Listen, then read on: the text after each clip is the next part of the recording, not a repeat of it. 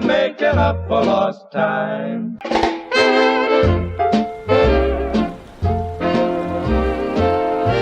Hello and welcome to Yesterday Today, the show that brings you the best of yesterday's really today. I'm Jake Westbrook. Hey, quiet down. I'm Jake Westbrook, along with McLean Westbrook, and we're on a little fishing trip today. That's right, we are... I said quiet. That's right. Our neighbor Frankie Spork invited us out to the lake to do a little fishing. Oh, never mind. You can stop the whispering. I have to rebait my hook. Your night crawler get away? I don't think it got away. I may not have felt a bite, but I'm pretty sure a fish came along and might have finessed it off my hook. Ah, you're thinking of foul play, huh? Exactly. Well, on that note, I think it's nice you're taking some time away from the office, Frank.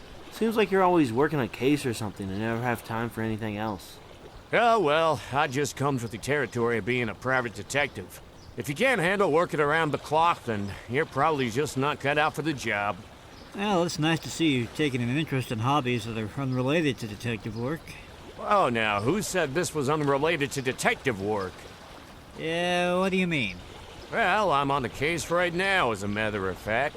I guess we spoke too soon about you taking time away from work. So you're on a case, fishing out here on the lake. Yes, sir. What, are we trying to find a body dumped into the lake or something? Well, I caught a boot earlier. I didn't see anyone wearing it, though. No, there's no body or anything like that. I don't think. Then what are you looking for? A fish? Hey, careful! They'll hear you. Wait a minute. You're on a case looking for a fish? What did I just say? Look, I'll tell you what's up, but we better come over here. There's ears everywhere out in the water. Okay. Okay. All right. Now, have either of you ever heard of Big Joe? Big Joe? Okay, not so loud. He could hear you. Big Joe is the fish? Yeah, Big Joe is a 25-pound largemouth bass. He's about 2 feet long and as mean as they come. 25 pounds and 2 feet long. Is that big for a bass? Well, his name is Big Joe. Ah, right. Yeah, that's pretty big. Some stories even have him bigger than that, but yeah, it's hard to say. Nobody's ever caught Big Joe. Well, a couple of anglers have gotten close, but Joe has gotten away every time. They say he eats fish hooks for breakfast. They say he's learned how to untie fishing lures with his fins. They say he's yanked more than a few poles right out of fishermen's hands and into the briny deep. Yeah, okay, but what is this case about? Did he eat somebody? Hell, Big Joe's embarrassed every sportsman in the region. It's gotten so bad that nobody even fishes in this lake anymore. They're afraid of getting skunked by the stud. Every fisherman in the area avoids this place like the plague, and it's thrown the entire ecosystem off. Nobody fishes in this lake, it becomes overpopulated with fish. Fish and Game Department has had to work extra hard just to keep things balanced when it comes to stocking the place, and they need somebody to come in here and take care of Big Joe. And you're that someone. That's right. Fish and Game contracted me to put an end to Big Joe's reign of terror. Oh, I've never been much of an angler, but my keen skills as a private eye make me uniquely qualified to track Joe down and bring him to justice. I've been studying up on baits, line weights, lures, everything you can think of. I've interviewed every one of the fishermen that have ever had Big Joe on their hook, and I cross-referenced their strategies. Yeah, anyway, come on. We're burning daylight. We gotta get some blinds back in the water. Alright, well, while we get on the hunt for Big Joe, we'll get our big show going with an episode of Fibber McGee and Molly.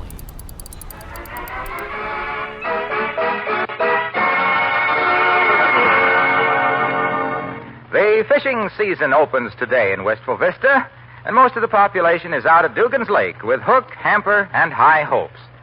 Standing here on the boat landing, for instance, complete with fishing pole, life raft, bucket of minnows, and the family doctor, we find Fibber McGee and Molly.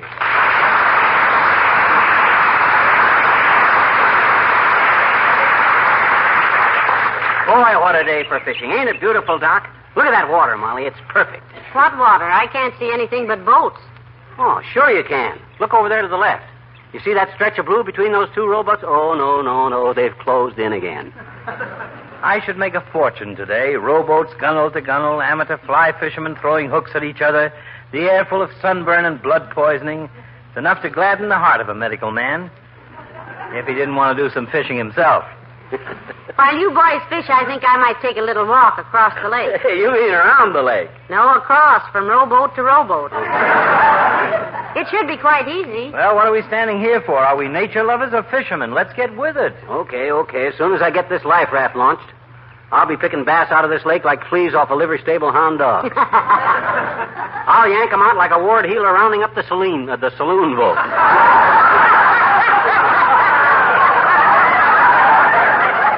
Plate slip.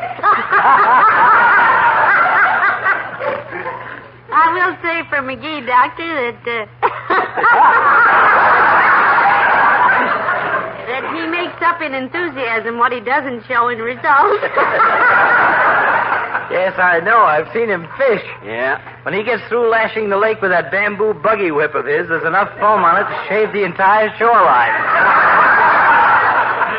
You only wish you had my technique, Fatso. Technique, he says. You betcha.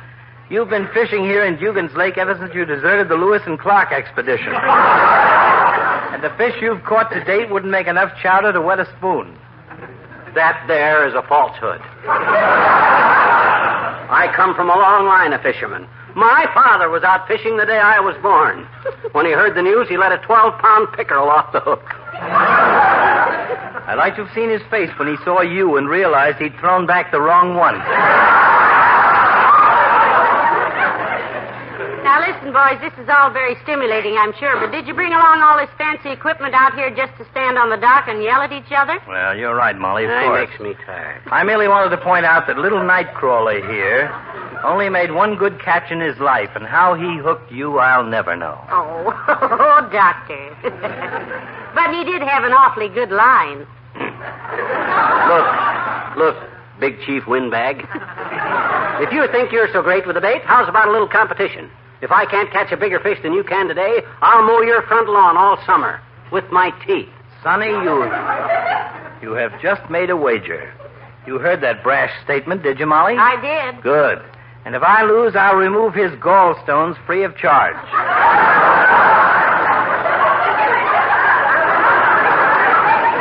I haven't got gallstones. You've got plenty of gall, and I can wait.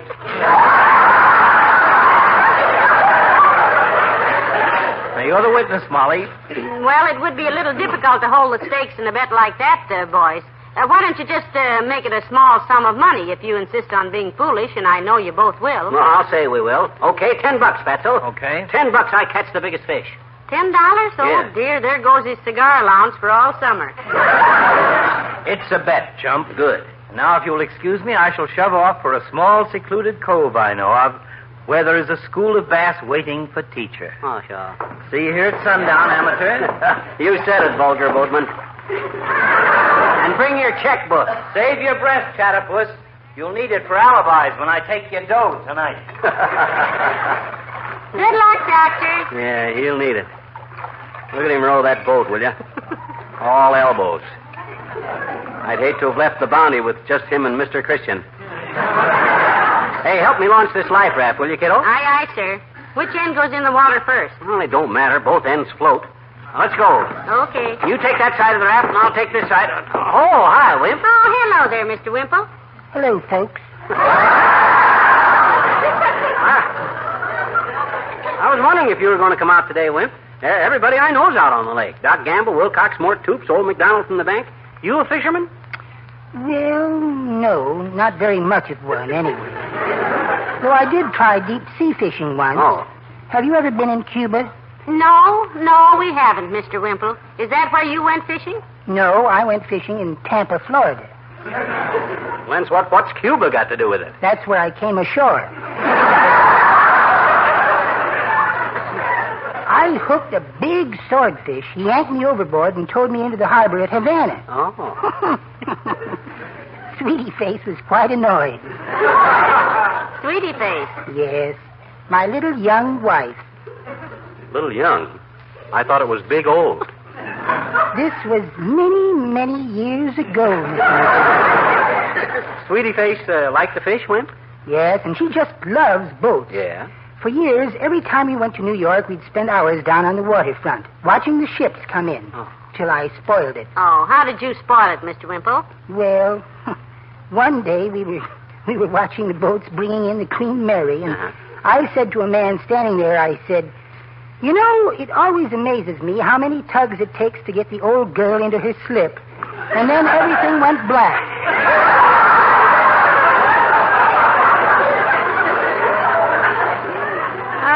I can see why it would. Well, I'd like to stand here and bat the fat with you, Wimp, but I got a little wager on with Doc Gamble. Give me a hand launching this life raft, will you? Oh, certainly, but don't you think... Let her down into the water now when I say the word, Wimp. Easy now, easy now. You got it? I think so. Clumsy old thing, isn't it? Well, it's nothing to take to the senior prom, Mr. Wimple, but it's all right. Okay, now, let her in easy. There, that does it. Now, come on, Molly, take my hand. Get in. There we are. Give us a shove off, will you, Wimp? Yes, I will, but don't you think... I can't talk now, Wimp. Time's wasting. Give it a shove. All right. But I really think... Attaboy, Wimp. Here we go. Well, we'll see you later, Wimp. Heavenly days, that was quite a push, wasn't it? We'll be 50 feet away from the dock before we need the oars. Yeah. But I better have them ready. Hand me the oars, kiddo, so I can... Oh, my gosh! Hey, Wimp! That's what I was trying to tell you, Mr. McGee. Your oars are lying here on the dock.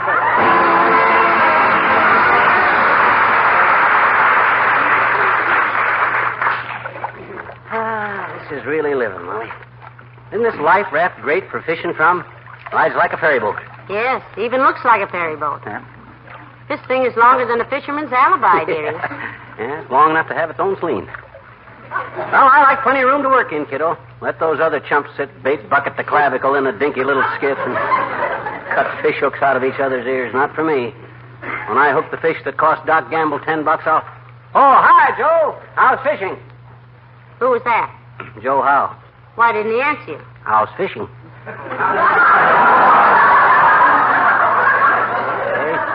I'm sorry. Doggone it. I wish those bass would start hitting.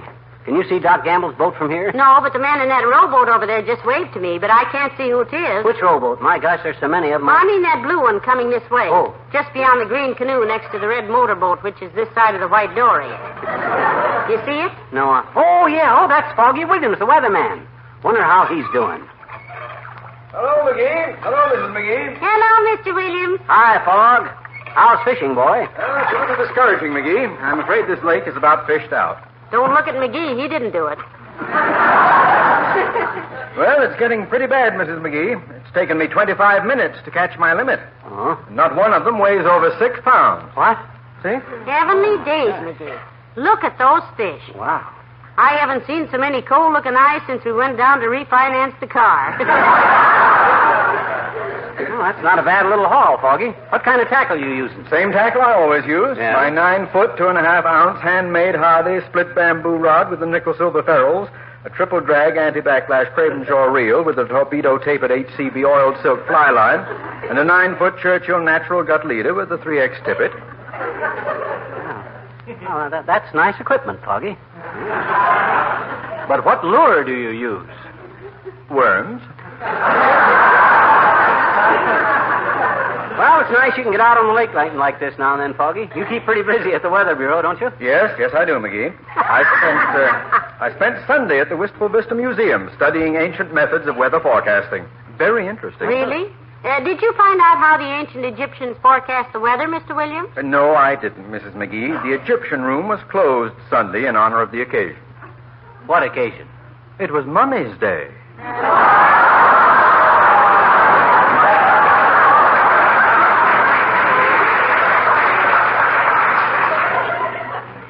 That's sweet.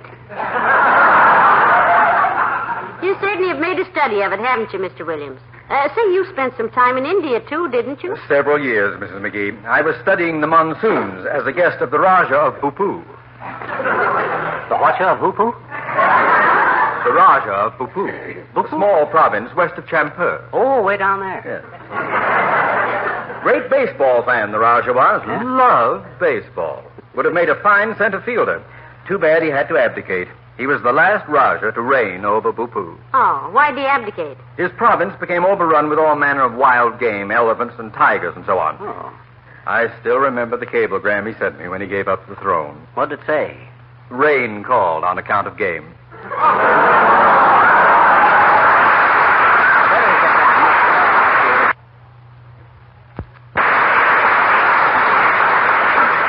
at him go, will you? Why, isn't he nice? He must be a very good fisherman, too. There's no such thing as a good or a bad fisherman, kiddo. It's just luck or unluck. And this is going to be the luckiest day Dad ratted, why ain't I catching any fish? Maybe the weather's too warm, or too cold, or too windy, or too sunny, or too cloudy. Huh? Maybe the water's too clear, too muddy. Or you have the wrong bait, or you're fishing too deep or too shallow. Or they aren't hungry. Hey, where'd you get all those ideas? From you. Huh? Those were some of the reasons you didn't catch any fish last year. Well, personally, I think there's too many people on this lake. Look at all them boats. Looks like the Brooklyn Navy Yard. I never saw such Oh, here comes a motorboat. Oh. Look at it churn up the water. Now the fish. I haven't seen so much foam since Uncle Dennis's home brew blew the door off the basement. Remember that? Yeah. And jammed the meter reader into the coal chute? Hey, you in the motorboat. Get that sea-going hot rod out of here. We're trying to fish here. Mr. Wilcox. You're home, Mr. Wilcox. Hi, Molly. Hi, pal. Catching anything? No, but you're going if you don't get out of here with that dad-ratted scum scooter. How many did you say? He didn't say. What? He said I didn't say, and get away from here with that waterlogged corn popper. Wait a minute. I can't hear anything. This engine is too noisy.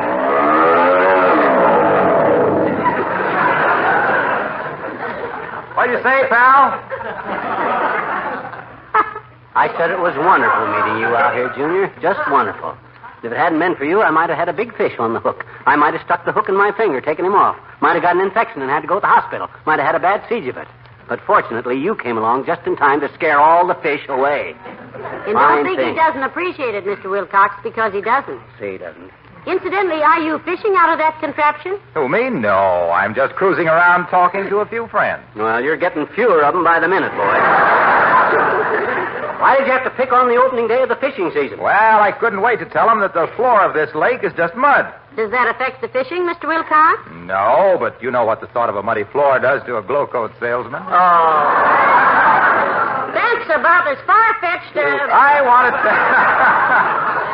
want to tell all these fishermen, when they go home tonight with their muddy boots, to tell their wives how Johnson's self-polishing glow coat protects their kitchen linoleum against dirt, dampness, spilled things, and homecoming anglers. Say, that's good. Why, sure. And speaking of anglers, you got more angles. I want to tell now that brightly gleaming glow coat luster brings not only added beauty, but also years of life to their linoleum. Good. How the fact that glow coat needs no rubbing or buffing, but shines as it dries in 20 minutes or less, gives them plenty of leisure time to sit down and listen to those tall stories. And besides that, glow coat... look, Waxy. Yes, pal. Are you going to be the wall-eyed piker that hangs around bothering the fisherman till he winds up with a hook through his gills? No. I'm going to be the big one that got away. Well...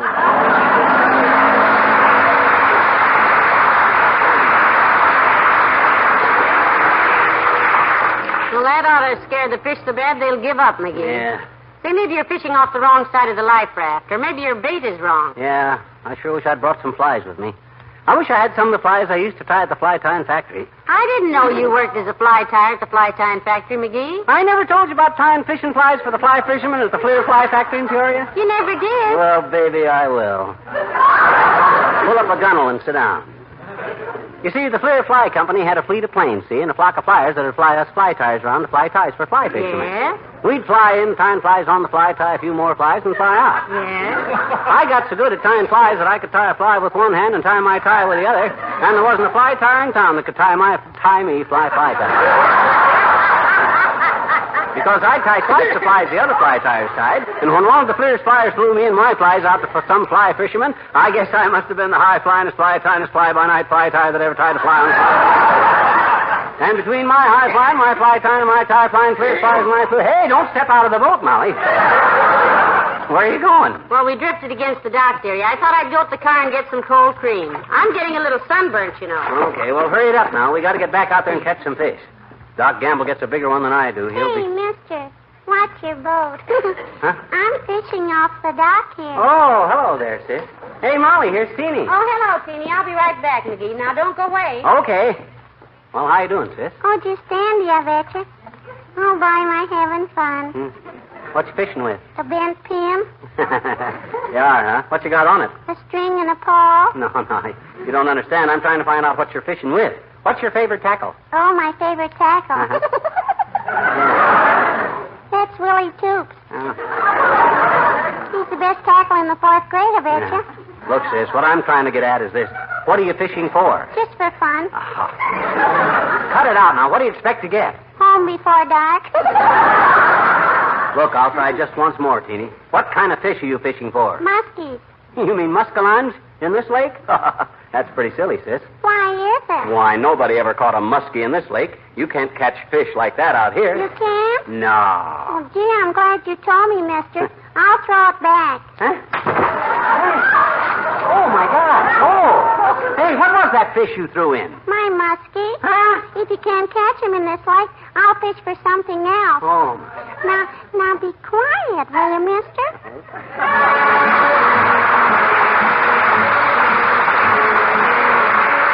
Well, I got all the stuff put in the car, kiddo. What'll I do with this fish, McGee? You've got quite an investment in this bass, you know. You said it, Snooky. Took me all day long to hook that beauty, but it was worth it. That's as nice a bass as was ever took out of Dugan's Lake, you know what? How'd you ever happen to think of baiting my hook with lipstick? That wasn't original with me. No? I've heard a lot of the girls tell about how they caught some poor fish with a little lip... Oh. Here comes Dr. Gamble. Where? Oh, can you see what he's got? Has he got a fish? How big is it? No, he's just pulling up to the dock, Oh. and I can't see if he's got any fish or not. Oh. Though I hope he has. Me too. I hope he's caught 40 fish. You do? Sure, I hope he's got 40 of the biggest fish ever caught out here. Well, that's very sporting of you, dearie. Yes, sir. And you know what the game warden will do to a guy that took 40 fish. On opening day, he'd plunk him into the pokey so fast that... Oh, hi, Doc, old man. Well, you give up? Are you kidding, Bluegill? Huh? I hooked into a big mouth bass out there that ran at least 15 pounds. Heavenly days. Let's see it. I can't. Broke my line and got away. Oh. But I've still got a fish on my stringer that'll beat anything you could catch. Oh, himself here landed a pretty big one, too, Doctor. Show it to him, dearie. Well, let's see his one first. Come on, show us the pitiful little crawdad you found dead on the beach, Doctor. First, you show me the pathetic little orphan minnow you found caught in a crack in the pier. Oh, now, for goodness sake, stop bickering and pay off the contest. I want to go home. So do I. Here's my fish, McGee. And here's mine. Weighs at least 4 pounds and 17 ounces. Mine's at least 6 pounds. How about it, Molly? You're the judge. Well, frankly, boys, I think we'd better take them home and weigh them. They look about the same size to me. What do you mean the same size? Mine is much fatter. So what? Mine's longer. Mine is wider. Mine is thicker, and furthermore, you never...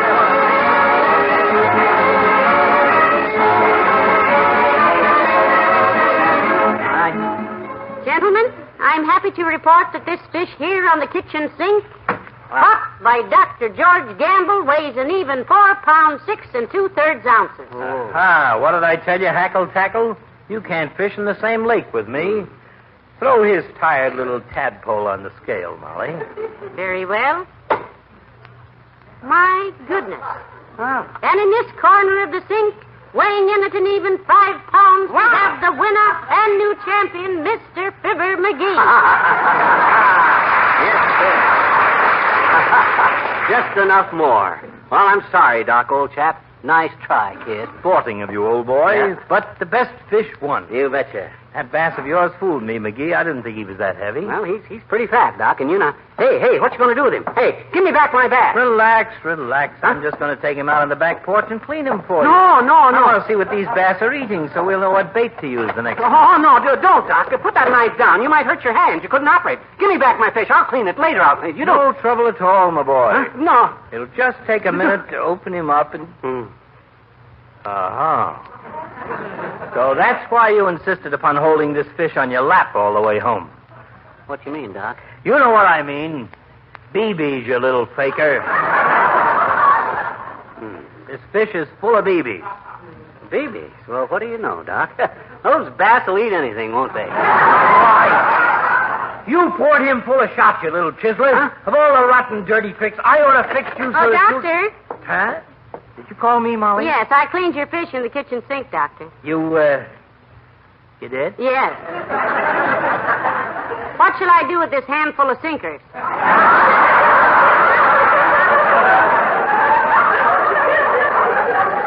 That poor fish was just chock full of lead sinkers. Oh?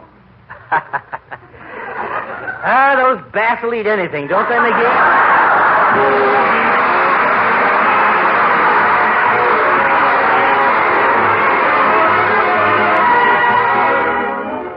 Hey, I was looking through the Bonton ads, Molly. You know what I'm going to buy myself for summer? What, dearie? A bassinet.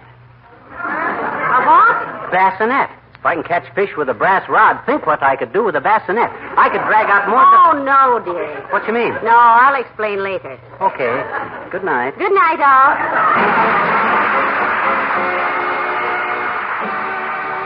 Friends, you know what happens when you take a fish out of water? Sure, it dies. Well, by Cornelius, the same thing happens when your car's battery runs out of water. It lies right down and quits. No water, no life. So what did the Autolite people do? They made the Autolite Stay Full battery with an extra large liquid reserve. Gave it more room for more water. Result, the Autolite Stay Full battery needs water only 3 times a year in normal car use. So friends, be right with Autolite. Switch to an Autolite Stay Full battery tomorrow. Easy, easy. You don't want to lose them. I know. Play him out a little. Give him some slack. I am. Just hold the net and be ready. Hey folks, welcome back to Yesterday Today. We're out fishing today as Frankie Sport has the stud of the lake, Big Joe, on the line. Reel him in easy. Nice and easy. Come on. And I've almost got him. Get ready with that net. We can't let him get away. I'm ready. All right, here he comes. What? There's nothing on your line. Oh, he must have jumped off. No, he didn't jump off. He downright disappeared. As soon as my hook came out of the water, I didn't even see him jump off. He just disappeared. I don't understand. I saw him, I think. Did anyone else see him? Yeah, I thought I saw his side as he rolled over in the water, but yeah, as soon as he got close to the surface, he vanished. He just disappeared. Just like that. Frank, you okay? Oh, yeah, of course. I'm okay. It's just... He just disappeared. Well, he's certainly living up to his reputation of being elusive. You gotta give him that. All right, everyone, get your lines back in the water. Everyone use the same exact bait, the same hooks, the same everything. We gotta catch this monster before sundown. Come on, let's move it. All right, hold on a second. Next up, folks, we have an episode of Crime Club, a show that sort of dramatized popular detective fiction novels of the time. And this one involves a fishing trip. So, there you go.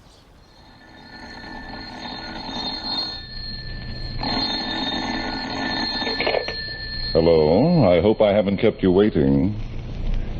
Yes, this is the Crime Club. I'm the librarian.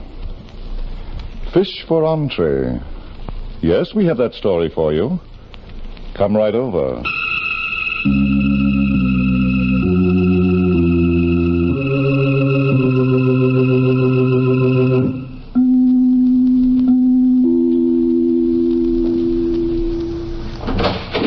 Ah, you're here. Good. Take the easy chair by the window. Comfortable? The manuscript is on this shelf. Here it is, Fish for Entree. The very unusual story of a fishing expedition that was foul with murder. Let's look at it under the reading lamp. Being the son of the local chief of police never kept Barney Crawford from doing anything that was normal. Example? Well, Barney loved to go fishing. It was late one bright sunny morning, and far out on the bay in a rowboat that was being rocked by the choppy water, Barney Crawford was holding a line, and Janice Turner, his fiancée, was just about holding her own. What a day. Yes. Why are they, Barney? Who, Janice? The fish. Oh. What's the matter, dear? You look green. I feel green. Well, why didn't you say so? I was trying to be very brave, Barney. Nonsense. I'll pull in my line and we'll get back to shore. Thank you, dear. I'll have it up in a... Wait a minute. I don't know if I can. Something's on to the catch. Can't you shake it loose? I'd rather not look at a fish right now. After sitting here all morning. Wow, it must be a whale. Look at the way the rod is bent. Would you mind if I didn't? Lucky I brought out the heavy equipment. Just a few more seconds, Janice, and I'll have him. Hold everything. I'm trying to, Barney. Easy does it. Easy, I've got to be careful he doesn't snap the rod. He's not fighting now. But when I get him to the surface, you'll see a battle. Some fish wait until he's breaking water. Don't look, Janice. It's a body. It's the body of a man. We're going back to shore and call my father. He'll want to know about this.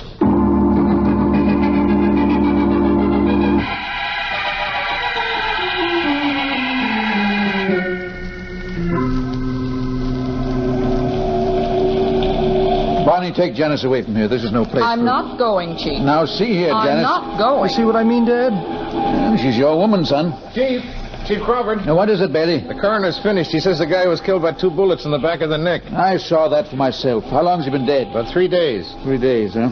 Who was he? I didn't check him for identification, sir. I thought you might want All right, I'll do it. Let's go. Janice, that was no invitation to us. But I'm accepting it anyhow, Barney. Do you have to see everything? Now, you make a list, Bailey. I'll check his pockets. Okay, Chief. You ready? Yep. Chewing gum. Some cigarettes. Toothpicks. It's all in this pocket. Now, let's see. Nothing in the other. Now, the inside pocket. Hello, what's this? What? Barney, it's a dead fish. Here, Bailey, throw it back in the water. Okay, Chief. Now, let's see what else there is. Card.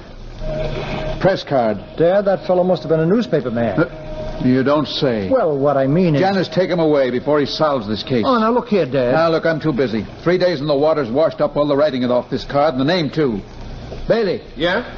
What do you know about a newspaper man who disappeared 3 days ago? A newspaper man? Check with missing persons when you get back to headquarters. A newspaper man. There was a call a couple of days ago from a family of a certain Cal Foster. Cal Foster, the Daily Register reporter? That's the one, Barney.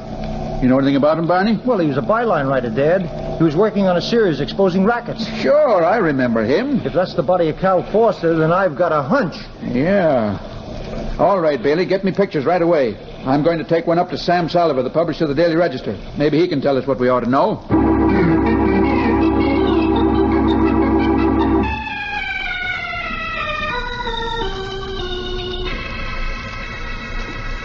Mr. Salliver, do you recognize the man in this picture? Yes, why, certainly. That's Cal Foster, one of... But Chief Crawford, he looks dead. He is. He was murdered. What? My son Barney and Miss Turner here fished him out of the bay this morning. Good Lord, he was my best reporter. He was... Yes? You're going to find his killer, Chief Crawford. This is one crime that's not going to go unsolved. Name the one crime in this town we didn't clear up, Mr. Salliver. I'm not going to argue with you. I want action. This paper's been fighting crime for months, exposing rackets, helping to bring criminals to justice. Well, we know all about it. Cal Foster was doing the job with my support. Every racket in this state involving... Dad, would you mind if I asked Mr. Salliver one question? Barney, now... Just one, Dad. It might help you. All right. Thanks. Mr. Salliver, what was Cal Foster working on 3 days ago? I don't know. But you're his publisher. Cal never talked about what he was going to write until he was ready to write it. Oh, then he was about to begin a new series, huh? I think so, but just what it was going to be... Well, this may sound strange to you, Chief Crawford, but I seldom saw Cal. He did all his work away from the office. When he came in, it was to get my approval of something he wanted me to run. The last time I saw him was 2 weeks ago. What did he bring in then? The astrology racket. Mr. Salliver. I'm sorry I busted in, Mr. Salliver, but I just heard a rumor about Cal Foster. Is it true? Who are you, miss? I'm Ann Brewster. I run the woman's column for this paper. Cal Foster and I are engaged to be married. Anything else you'd like to know? Maybe. Then you can send me a letter. I give out all kinds of advice and information. Now, Mr. Salliver. And that's Chief of Police Crawford and those 2 people with him. Police? Then it's true, Cal's dead. They told me he was murdered. Murdered? Oh. Janice, see what you can do. Oh, don't be foolish, Barney. There's nothing anyone can do at a time like this. I was coming out of my office when I met one of the reporters. He told me he was going down to the bay, something about Cal having drowned. I didn't believe him. He was shot twice in the back of the neck. Now, would you know... Would I know what? Who killed him? Well, Chief, your guess is as good as mine. Cal was a racket buster. He exposed a lot of rackets. Yes, and that... Who are you? Janice Turner. I'm his, Barney's. Were you with the police? Well, I'm sort of engaged to... Excuse me. I'll keep my mouth shut from now on. See that you do. There's one thing I can tell you, Chief Crawford. What's that? Every gangster in this state was out to get Cal. I begged him to give up his job and go away with me. And? Cal wouldn't do it. Why, only 4 days ago, the last time I ever saw him, he was all set to break a new story, another racket. What about? He didn't tell me, Chief Crawford. But he did say it was going to be the biggest thing that ever hit this town. And he mentioned names. Oh? The first time he ever did it before publication. I think he was frightened. He didn't say so, but... Whose names did he mention, Miss Brewster? Tony Croton, the gang leader, and Lon Fairbanks. The nightclub owner? Yes. But he didn't tell you what he found out about them. I said he didn't. All right. I thought maybe you'd forget yourself and remember. Chief Crawford, do you think I've lied to you? I'll let you know when I'm ready. Come on, Barney. Janice. There's just one question I'd like to ask Miss Brewster, Dad. She doesn't have to answer it unless I ask it, Barney. I'll take that chance. Did Cal Foster keep any notes, or did he write from memory? He kept notes, but I never saw them. Thanks. I'm ready, Dad. Then we don't have to waste any more time, do we? Chief, do you really think that girl was lying? Goodbye, Janice. Chief... It's a nice day. Now, why don't you and Barney take a walk in the park? Where are you going, Dad? Tony Croton. Well? Nothing doing now. You're going for a walk in the park. But, Dad, we found... Now, look, son, would you mind if I did a police job all by myself? Well, you're not being fair, Dad. Don't tell your mother. I'll see you at dinner. If Tony Croton doesn't turn out to be too tough. Yeah, maybe. What do you mean, Barney? We found Cal Foster's body, and we're going to find out who killed him. Oh? Have you got an idea? Mm-hmm. Those notes he kept. What was in them that made him dangerous enough to kill? Darling, aren't you assuming too much? Am I? Cal Foster wasn't killed by someone who didn't know what he was going to write about. No. Whoever killed him must have had a motive. Cal, in one of his published stories, stepped on somebody's toes. And that somebody got mad and boom. Let's walk away from here. I've got a theory about that girl, Ann Brewster. You think she's that somebody? She knows. And that act she put inside Mr. Salver's office. Your father didn't fall for it. Well, maybe he didn't. But I'd like to see those notes anyway. Come on, we're going to Cal Foster's apartment.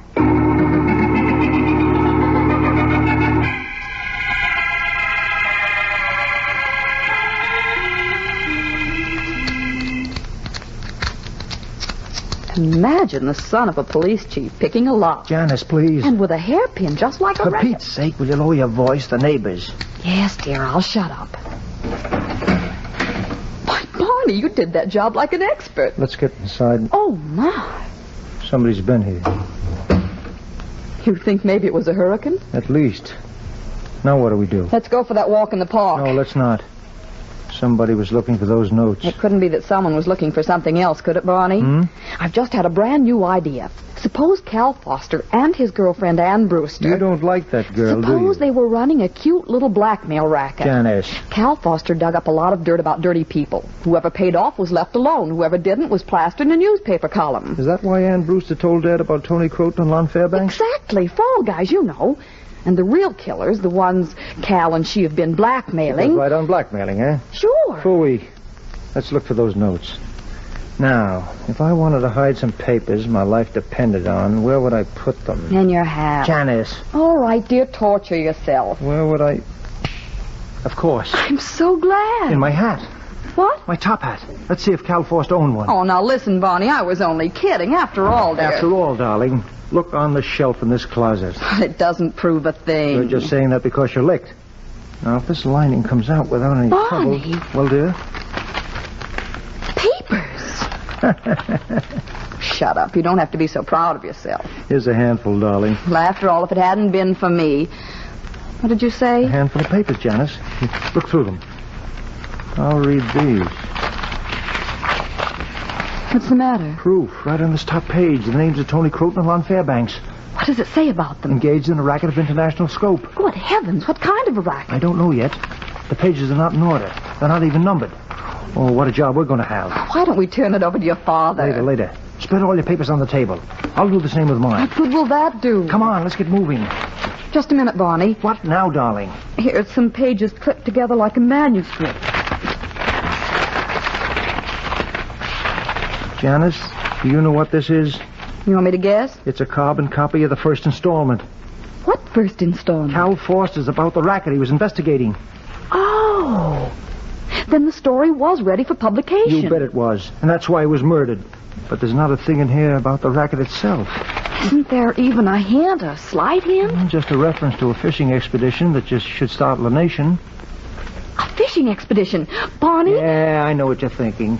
That fish Dad found in Cal Forster's pocket. It meant something. Ridiculous, a freak. Well, just between you and me, I never heard of a fish getting lost. Cal Forster could have meant anything by a fishing expedition. It's a very common expression. Yeah, very common. Huh? Barney. Don't tell me you're glad to see me. I won't believe it. Where did you come from? The bedroom. You ought to take a few lessons in snooping, pal. What? Lesson number 1. When you break into somebody's apartment, always look in every room. You mean you're the one that... Yeah, I'm the guy that messed up this place.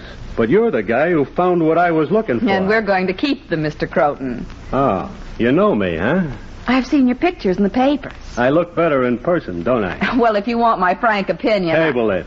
And do the same thing with those papers. Now listen, Tony. Do it, mister. Barney. Don't prompt me, Janice. I see that gun, too. All right. I'm clear. So am I. You don't mind if I say me too, do you? That's your privilege, Mr. Croton. Thanks. Me too. And now, me and the papers will take a walk. What's so funny about it? I'd tell you if it'd do you any good, but I know it won't. Try it anyway. Okay? I get the evidence, and you get the works. Will you please be not quite so technical? I'm gonna kill you, baby. You wanted to know, didn't you? Hey, mister, where are you going? Taking a walk. Get away from that door. Not to the door I want, Tony. The light switch. Hey, get down, Janice. I'm going. Janice! Janice! Janice! Oh, darling.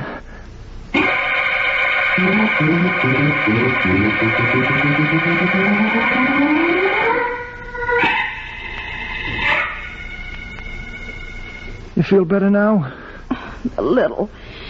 The next time you tell me to get down... It's not my fault you hit your head against the table. It's not your head either. I'm sorry. Anyhow, you falling down saved our lives. Croton must have thought he killed you. You mean you let him get away? Now, look, dear, he had the gun. And I thought you had him tied up in the other room. And you, the son of a police chief. Maybe I'd better tell Dad about Well, this. it's about time. And when you get through talking to him... Operator, give me police headquarters. You can call up that man that publishes the Daily Register. What's his name? Sam Salliver. Hello, police headquarters? Let me talk to Chief Crawford, please. Son, I'll wait. Now, Janice, what about Sam Salliver? Tell him what Tony Croton did and then tried to do to us.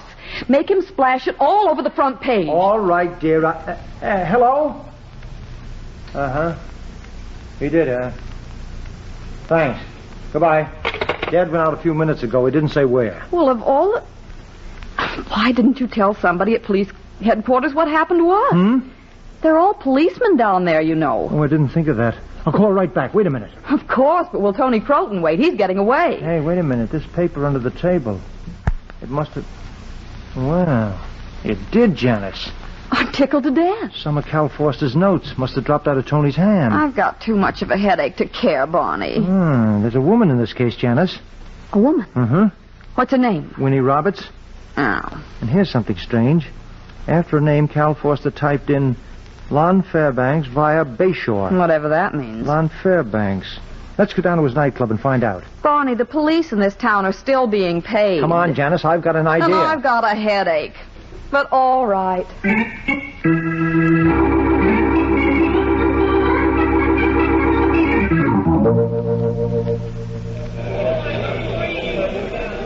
Good evening, Monsieur Crawford. It is always a pleasure to welcome such a distinguished son of... I'm here too, Henri. Oh, but of course, Mademoiselle Turner. For you, step this way. Well, that's staying, Henri. No? As a matter of fact, we only stopped in to see Winnie Roberts. Winnie Roberts? Mm-hmm. Is it a reservation? No, it's an entertainer in the floor show. Oh, but mademoiselle, there is no such lady in our floor show. Are you sure? How could I be otherwise? I know every charming lady in this establishment, and they are all charming. I see. Well, suppose we say hello to Lon Fairbanks, huh? Of course, you'll be most happy. You'll find him in the office. Thanks, Henri. You and your ideas. Barney Crawford, do you realize we've been on the go since this morning? Mm-hmm. Has it occurred to you that I might be tired? Mm-hmm. I'm so glad. I feel so much better now. Come on, we're not going to be polite. Now, look here, Lon. Come in quick and shut the door. Stay right there, Janice, and don't move. You don't have to worry about that. I won't even look. He's dead, all right. 2 bullet holes in the back of the neck.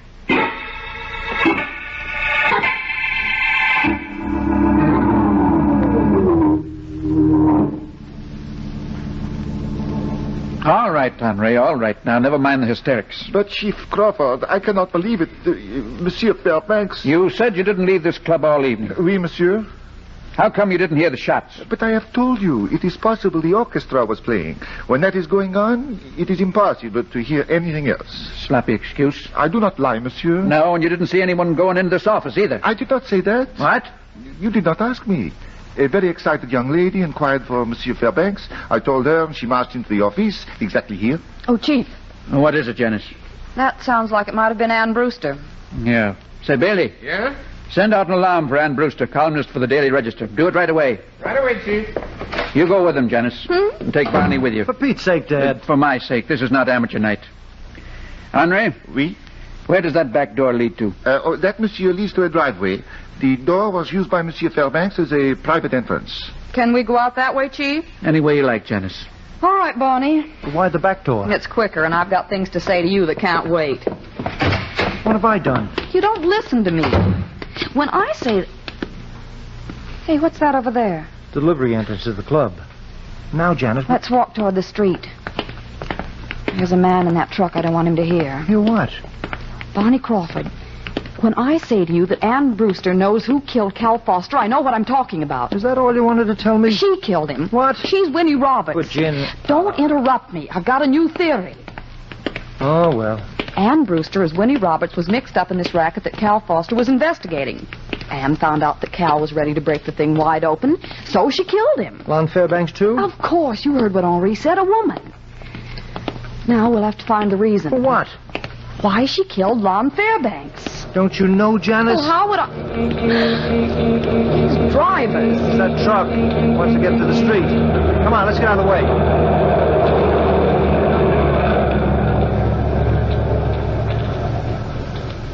Well, Barney, what do you think? Darling, I know it smells bad here, but I'm talking to you. Fish. That's what that truck was unloading. Do you think I care? You should. You can build a brand new theory around that truck and the fish. What are you talking about? Winnie Roberts. Let's go for a drive. Where to? Bay Shore, on a fishing expedition of our own.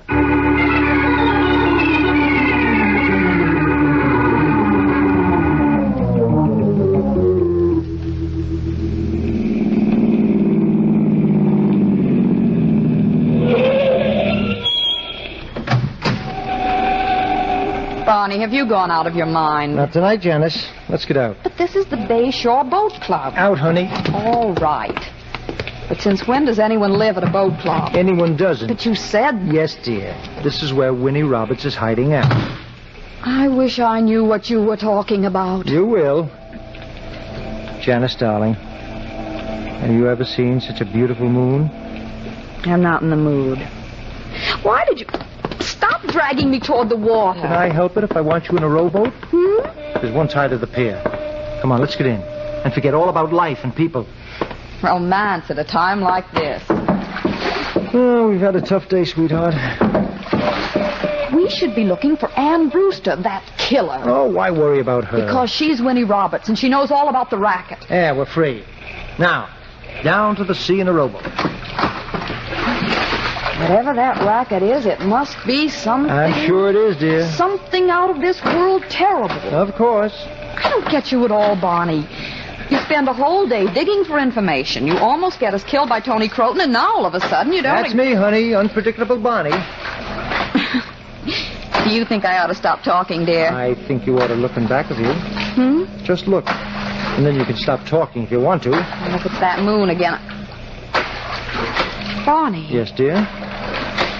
That yacht. It's Winnie Roberts. Beautiful, isn't she? Why didn't you tell me? I didn't know, Janice. I was just playing a hunch. You mean... Shh. We're pulling up alongside Winnie. You don't want to wake her up, do you? Barney, are you thinking of going on board? Why not? The lights are out. On this side, but all boats have two sides, darling.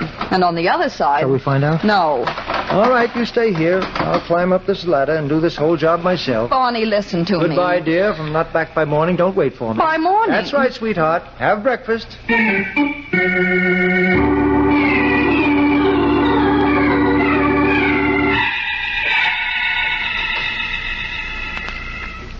How do you know that man on deck was sleeping? He was snoring. How do you know he wasn't fooling? Fish. Barney. We're getting close.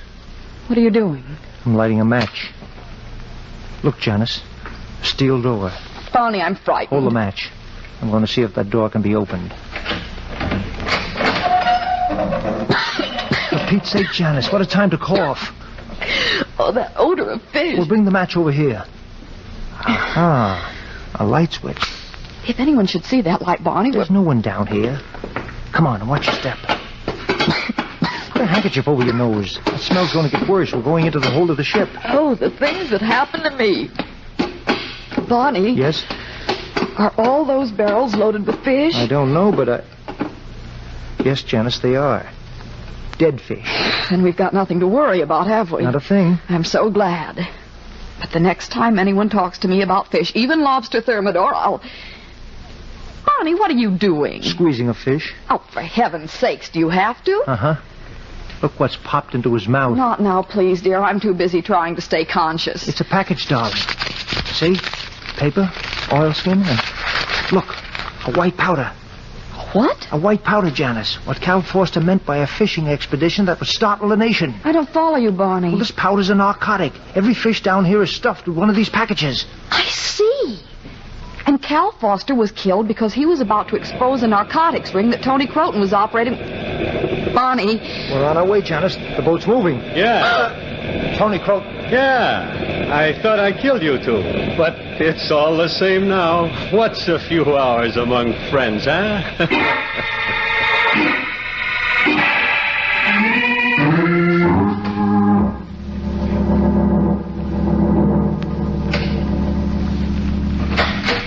Get in there. Tony, what would you look like without that gun, eh? Not so good. Get in. You too, sister. Oh. Company.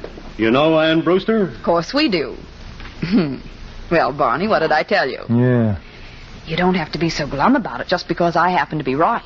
Right about what, Miss Turner? You killed Cal Forster and Lon Fairbanks. You're the mastermind of this racket, and... Tell her she's crazy, Tony. Okay, then I'll tell her. I'm handcuffed to this chair. If you don't believe it, walk behind me. That's true, Miss Turner. Mr. Salliver. Good evening. Where did you find them, Tony? In the hold, boss, with the fish. With the fish. What goes with fish? Wine. I wasn't expecting you, Mr. Crawford, but since you're here and I've gone to the trouble of getting this bottle from the other room... He's going to kill us. But not without kindness, my dear Anne. You murdered Cal. Naturally. He was treading on my toes. Come, let's have a drink, and then we'll go fishing. With them as bait, huh, Sam? Open the bottle, Tony. Sure. How did they get you on here, Ann? Mr. Salliver did. He told me about the Winnie Roberts. I, like a fool, didn't go to the police. I was going to solve Cal's murder, all by myself. Well, just as I thought. I was never quite sure how much you knew, Anne, about my business. Well, we know a lot now, Mr. Sullivan. Yes, Mr. Crawford, but what good will it do you? Well, you never can tell. Hey! I've got the gun now. Tony, you didn't see him coming, Sam. You told me to open a bottle of wine. I had to put the gun down on the table. Don't be angry with him, Mr. Salliver. He might have holes in his pocket. Shut up, Miss Turner. Why, Mr. Salliver, every newspaper publisher invites comment from the people. Salliver, give orders to your skipper to stop the boat. Of course. Hello? Salliver speaking. Full steam ahead. Barney, he's double-crossing us. What did you expect, Miss Turner? Give the order, Salliver. You're going with me, Mr. Crawford, and shooting me won't help you. I've got a dozen men above, not to mention... Give the order, Salliver. Police boat, Sam! My father's a great guy. Don't you think so, Janice? I certainly do, Barney. You never know what he's got figured out. He just doesn't talk, except to Mom.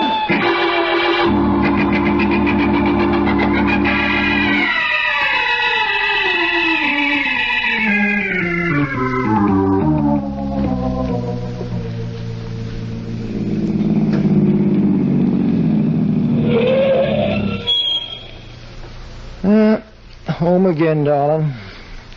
Say goodnight to Barney.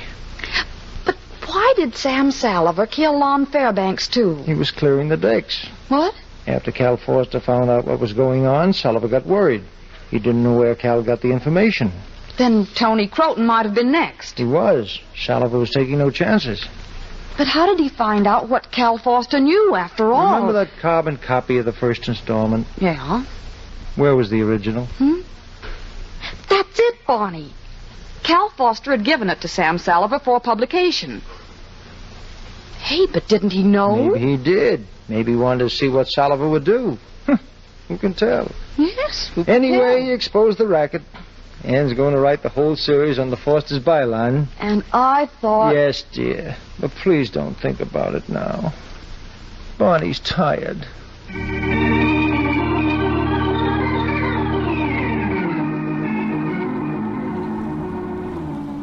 Hey folks, this has been Yesterday Today. We're wrapping up our fishing-themed episode as we wrap up our own fishing trip over here. Whoa, wrap up our fishing trip? What are you talking about? Frankie, I know you're trying to catch Big Joe, but the sun's going down. I think it's time to call it a day. Hey, all right, but this isn't the end. You hear me, Joe. I know you're out there. I'll be back to this lake soon and even more prepared. You're going down, buddy, up the river. Or lake. Fishing is just such a relaxing hobby. Oh, hey! What are you guys doing out here? Oh, Sydney. Hi. Didn't expect to see you here. We're wrapping up our fishing trip. What are you doing out here? I was fishing, just like you. You were fishing? Sure, I figured since I'm going to be a father soon, as you well know, I'm going to need to be able to teach my kids how to fish. You ever see the opening theme for Andy Griffith? That's the life I want. Anyway, I was just out here at the lake getting some practice in. You guys catch anything? Well, no, actually, but we almost came... Did we catch anything? Oh, Sydney, we came the closest anybody ever has to catching Big Joe. Big Joe? Who's that? Who's Big Joe? The stud of the lake, the monster of the marsh. And I almost had him. I was this close to being the man who took down Big Joe. He would have looked so nice up on my office wall. Well, golly, that's really something. Yeah, what about you, Sid? What'd you catch? Yeah, I only got one fish, so I threw him back in. Yeah, I tell you what, I was just trying to practice my casting. I never thought I'd actually catch one today, but when I got it out of the water, I didn't really know what to do with it, so I just tossed him back. Well, congratulations on your first fish. What was it, just a little guy? I don't know much about fish. I think it was probably average size, about 2 feet long and 20 pounds. 2 feet long and 20 pounds. Well, on the twist nobody could have seen coming, Sydney. I think you caught Big Joe. Well, gosh, really? All right, Sydney. By the power invested in me by a semi-official handshake deal I have with the Fish and Game Warden, I demand you tell me every detail about this fish. Every detail? This is a matter of great ecological significance, Snorthoff. Come on, let's get to my car. They can use my portable interrogation kit. Oh, gee, I had no idea. How about that, huh? Sydney's the first fisherman to ever catch Big Joe, and he just lets him go. Well, maybe it's better this way. Keeps the legend alive, you know? Well, at any rate, if you want more Yesterday Today, you can visit KISU.org or wherever you get your slippery, scaly, wet podcasts.